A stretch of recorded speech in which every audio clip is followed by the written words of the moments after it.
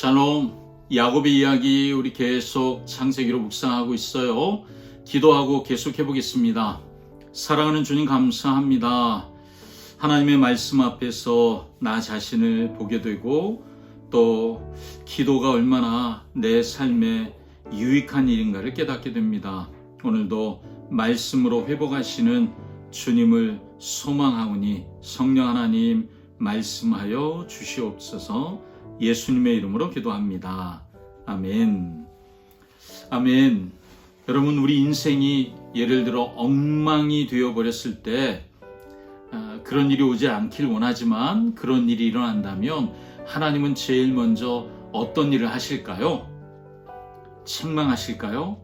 야, 넌 아무리 얘기해도 안 되는구나 포기하실까요? 아니면 이것밖에 안 되냐? 정죄하실까요? 오늘 하나님이 야곱에게 하시는 첫 말씀을 우리가 좀 귀를 열고 듣게 되길 원합니다. 창세기 34장은 끔찍한 역사의 이야기였잖아요. 그런데 35장이 시작되자 하나님은 야곱에게 특별한 이야기를 주십니다. 인생의 위기가 닥칠 때 우리는 본능적으로 두려워서 사방을 살피게 됩니다. 어디가 안전한 곳이고 어디가 위험한 곳인지. 그런데 알 수가 없죠. 나는 못 찾는 거예요. 그런데 오늘 본문을 보니 하나님은 정확하게 어디가 가장 안전하고 필요한 곳인지를 알고 계세요. 오늘 본문은 수치와 또 공포에 짓눌려 있었던 이 야곱, 그리고 야곱의 일가가 어떻게 다시 회복될 수 있는지를 보여주거든요. 자, 오늘 본문 이야기 듣고 오겠습니다. 창세기 35장 1절에서 22절 말씀입니다. 제35장. 하나님이 야곱에게 이르시되 일어나 베델로 올라가서 거기 거주하며 네가 내 형 에서의 낯을 피하여 도망하던 때에 내게 나타났던 하나님께 거기서 제단을 쌓으라. 야곱이 이에 자기 집안 사람과 자기와 함께한 모든 자에게 이르되 너희 중에 있는 이방 신상들을 버리고 자신을 정결하게 하고 너희들의 의복을 바꾸어 입으라. 우리가 일어나 베델로 올라가자. 내 환난 날에 내게 응답하시며 내가 가는 길에서 나와 함께하신 하나님께 내가 거기서 제단을 쌓으려 하노라. 그들이 자기 손에 있는 모든 이방 신상들과 자기 귀에 있는 귀고리들을 야곱에게 주는지라. 야곱이 그것들을 세겜 근처 상수리 나무 아래에 묻고 그들이 떠났으나 하나님이 그 사면 고울들로 크게 두려워하게 하셨으므로 야곱의 아들들을 추격하는 자가 없었더라. 야곱과 그와 함께한 모든 사람이 가나안 땅 루스 곧 베델에 이르고 그가 거기서 제단을 쌓고 그곳을 엘베델이라 불렀으니 이는 그의 형의 낯을 피할 때 하나님이 거기서 그에게 나타나셨음이더라. 리브가의 유모 드보라가 죽음에 그를 베델 아래에 있는 상수리 나무 밑에 장사하고 그 나무 이름을 알론바굿이라 불렀더라. 야곱이 밧단 아람에서 돌아오매 하나님이 다시 야곱에게 나타나사 그에게 복을 주시고 하나님이 그에게 이르시되 내 이름이 야곱이지만은 내 이름을 다시는 야곱이라 부르지 않겠고 이스라엘이 내 이름이 되리라. 그가 그의 이름을 이스라엘이라 부르시고 나는 전능한 하나님이라. 생육하며 번성하라 한 백성과 백성들의 총회가 내게서 나오고 왕들이 내 허리에서 나오리라. 내가 아브라함과 이삭에게 준 땅을 내게 주고 내가 내 후손에게도 그 땅을 주리라. 하나님이 그와 말씀하시던 곳에서 그를 떠나 올라가시는지라. 야곱이 하나님이 자기와 말씀하시던 곳에 기둥 곧 돌기둥을 세우고 그 위에 전제물을 붓고 또 그 위에 기름을 붓고 하나님이 자기와 말씀하시던 곳의 이름을 베델이라 불렀더라. 그들이 베델에서 길을 떠나 에브라스에 이르기까지 얼마간 거리를 둔 곳에서 라헬이 해산하게 되어 심히 고생하여 그가 난산할 즈음에 산파가 그에게 이르되 두려워하지 말라. 지금 네가 또 등남하느니라. 그가 죽게 되어 그의 혼이 떠나려 할 때 아들의 이름을 베논이라 불렀으나 그의 아버지는 그를 베냐민이라 불렀더라. 라헬이 죽음에 에브랏 곧 베들레헴 길에 장사되었고 야곱이 라헬의 묘에 비를 세웠더니 지금까지 라헬의 묘비라 일컫더라. 이스라엘이 다시 길을 떠나 에델 망대를 지나 장막을 쳤더라. 이스라엘이 그 땅에 거주할 때 르우벤이 가서 그 아버지의 첩 빌하와 동침함에 이스라엘이 이를 들었더라. 야곱의 아들은 12이라. 아멘. 자, 모든 끔찍한 일들이 일어난 후에 하나님이 야곱을 불러 처음으로 하시는 말씀이 뭐냐 하면, 일어나 베델로 올라가서 제단을 쌓으라. 베델은요, 어떤 곳이죠? 야곱이 아버지와 형을 속이고 도망치던 그날 밤 돌베개를 베고 잠이 들었다가 하나님을 꿈에서 만났던 그곳, 아침에 일어나 그곳 이름을 베델이라고 불렀잖아요. 하나님은 지금 야곱을 처음 은혜를 만난 자리, 처음 하나님의 사랑을 경험한 그 자리로 다시 부르고 계십니다. 야곱은 즉시 가족과 종들을 향해 선포합니다. 너희 중에 있는 이방 신상들을 버리고 자신을 정결하게 하고 의복을 바꾸어 입으라. 자, 이게 무슨 뜻일까요? 하나님께 돌아가는 첫걸음, 베델로 가라. 그런데 그게 어디서부터 시작되느냐? 지금 있는 데서부터 회복은 시작되는데, 그 회복이 어떻게 시작된다고요?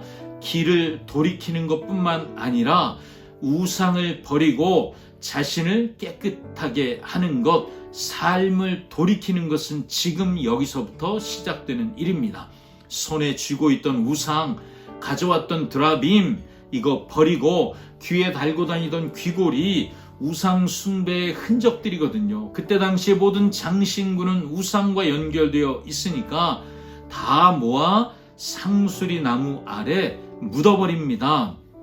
참된 회복은 여전히 내가 손에 딱 쥐고 하나님께 갈 때 회복이 일어나는 것이 아니라 묻어버려야 합니다. 다 손에서 놓고 버려야 시작된다는 걸 오늘 우린 말씀을 통해 배우게 됩니다. 자, 그리고 이 말씀을 창세기를 읽고 있는 모압 형제의 출애굽 2세대 그들도 이렇게 듣겠죠. 가나안으로 들어가려면 우리가 지금 여기서 먼저 우상을 버려야 하는구나. 몸만 이동한다고 약속의 땅에 들어가는 것이 아니구나. 마음과 손에서 우상을 끊어내는 것, 이것이 진짜 우리가 할 일이구나 하는 것을 깨닫게 됩니다. 우리도 마찬가지죠. 끊어야 삽니다.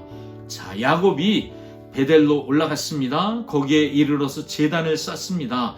그때 놀랍게 하나님이 다시 나타나십니다. 올라가라. 순종했더니 하나님이 거기서 만나 주시는 거죠. 그런데 놀라운 것은 그곳에서 하나님이 이런 말씀을 하세요. 내 이름을 다시는 야곱이라 부르지 않겠고 이스라엘이 내 이름이 되리라. 여러분, 이미 우리가 한번 이 얘기를 듣지 않았습니까? 야복강가에서 이미 이스라엘이라는 이름을 받았잖아요. 왜 다시 말씀하실까요? 하나님은 우리의 정체성을 잊어버리지 않으시거든요. 그런데 야곱은 실패했잖아요. 실패한 야곱은 자신의 정체성을 다시 속이는 자, 계산하는 자로 돌아가려고 하고 있거든요. 하나님이 다시 말씀하시는 거죠. 너는 더 이상 야곱, 속이는 자 아니다. 이제 너는 이스라엘, 나와 겨루었고 하나님을 존중하는 자로 살아야 한다라고 그 언약을 확인해 주시는 겁니다. 그리고 11절, 12절에 생육하고 번성하라. 한 백성과 백성들의 총회가 너희에게서 나올 것이다. 왕들이 내 허리에서 나올 것이다. 이 땅을 너에게 주고 내 후손에게도 줄 것이다. 놀라운 약속을 주시는데요. 여러분, 이 약속은 할아버지 아브라함에게 주셨던 약속, 아버지 이삭에게 주셨던 약속, 그 약속이 이제 야곱에게 주어지는 약속이 되었습니다. 자, 여러분, 세겜의 비극 이후에도 언약은 취소되지 않았다는 하나님의 약속이잖아요. 인간의 실패보다 하나님의 약속이 더 크신 거죠. 여러분, 우리가 실패해도 약속은 여전히 유효합니다. 이제 야곱은 도망치는 사람, 숨는 사람이 아니라 언약의 베델, 이 하나님의 집에서 예배하는 사람이 되는 거죠.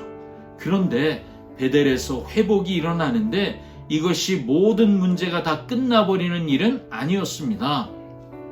라헬이 베들레헴 길에서 난산 끝에 죽습니다. 가장 사랑하는 아내 라헬을 야곱은 잃었습니다. 고통이 심했죠. 자, 라헬이 마지막 아들을 낳으며 이름을 베노니 내 슬픔의 아들이라 부릅니다. 야곱은 그 이름을 베냐민 오른손의 아들이라고 바꿔놓습니다. 슬픔으로 끝내지 않고 하나님의 축복의 방향으로 해석하려는 믿음의 몸부림, 이것이 야곱의 모습입니다. 그런데 아픔이 또 있어요. 루벤이 아버지의 첩이었던 빌하와 동침합니다. 22절에 있잖아요. 가정이 아직 완전히 회복되려면 먼 길 같습니다. 이 본문은 굉장히 정직하죠. 베델로 돌아왔다고 해서 인생의 모든 문제가 한 번에 끝나는 것이 아니라는 거죠. 내 삶의 회복이 시작되면 모든 것이 끝나버리는 것이 아니라 하나님은 그것을 하나하나 다루어 가시는 거예요. 여러분, 우리가 하나님 앞에서 끊임없이 내 삶을 다루어야 할 이유가 여기 있습니다.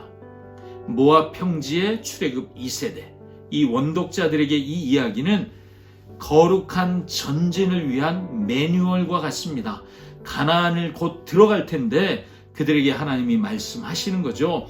너희가 가나안의 그 풍요함, 그들이 멋지게 살고 있는 것 같은 그 모습, 그것을 상수리 나무 아래 묻어야만 내가 너희 앞에서 앞서 행할 것이다.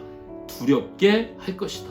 그래서 하나님은 첫 싸움에 뭐라고 말씀하세요? 진멸하라, 여리고의 모든 것을 불태워라 라고 말씀하시죠. 없애버려야, 묻어버려야 내가 너희와 함께하는 예배의 공동체가 될 것이라는 거예요. 여러분, 우리의 안전은 군사력, 내가 얼마나 잘 준비된 군사력을 가졌느냐에 달린 것이 아니라 정결함, 하나님 앞에 정결함에 달려있다는 것을 보게 해 줍니다. 여러분, 인간의 결단은 늘 한계가 있죠. 그래서 우리에게는 진짜 베델이 뭐예요? 하나님의 집이잖아요. 진짜 베델이신 예수 그리스도가 필요합니다. 라헬이 죽어가며 아들을 슬픔의 아들 베논이라고 불렀어요. 야곱이 베냐민 오른손의 아들이라고 바꿔놓았죠. 그런 것처럼 예수님은 우리의 모든 슬픔, 수치를 짊어지시고 십자가에 죽으심으로 우리를 하나님의 오른편의 자녀, 아들, 딸 되게 해주셨습니다. 얼마나 감사합니까? 이것이 십자가의 은혜이지요. 자, 여러분, 묵상을 마무리하며 질문합니다. 내 손에 여전히 쥐고 있는 세겜의 귀고리는 무엇입니까? 아직 상수리 나무 안에 묻지 않은 세겜의 귀고리가 있으십니까? 주님보다 더 의지하고 즐거워했던 그것들을 상수리 나무 아래 묻으십시오. 정결함을 회복할 때 비로소 하나님이 우리 앞서 싸우시는 분이엘의 승리가 우리 것이 될 줄 믿습니다. 하나님은 오늘 말씀하십니다. 일어나 베델로 올라가라. 다시 은혜의 자리로 나가라는 것이죠. 말씀의 자리, 기도의 자리, 예배의 자리로 돌아오라고 말씀하십니다. 우리의 우상을 묻어버리고 하나님께 다시 돌아오십시오. 기도하겠습니다. 사랑하는 주님, 두려움 속에 주저앉아 있지 않고 일어나 베델로 올라오라는 주의 음성을 듣고 순종하는 자 되게 하여 주시옵소서. 내 안에 여전히 숨겨놓은 이방의 신상을 묻어버리는 결단이 우리 속에 다시 있게 하여 주시고 정결한 모습으로 주님 앞에 서게 해 주시옵소서.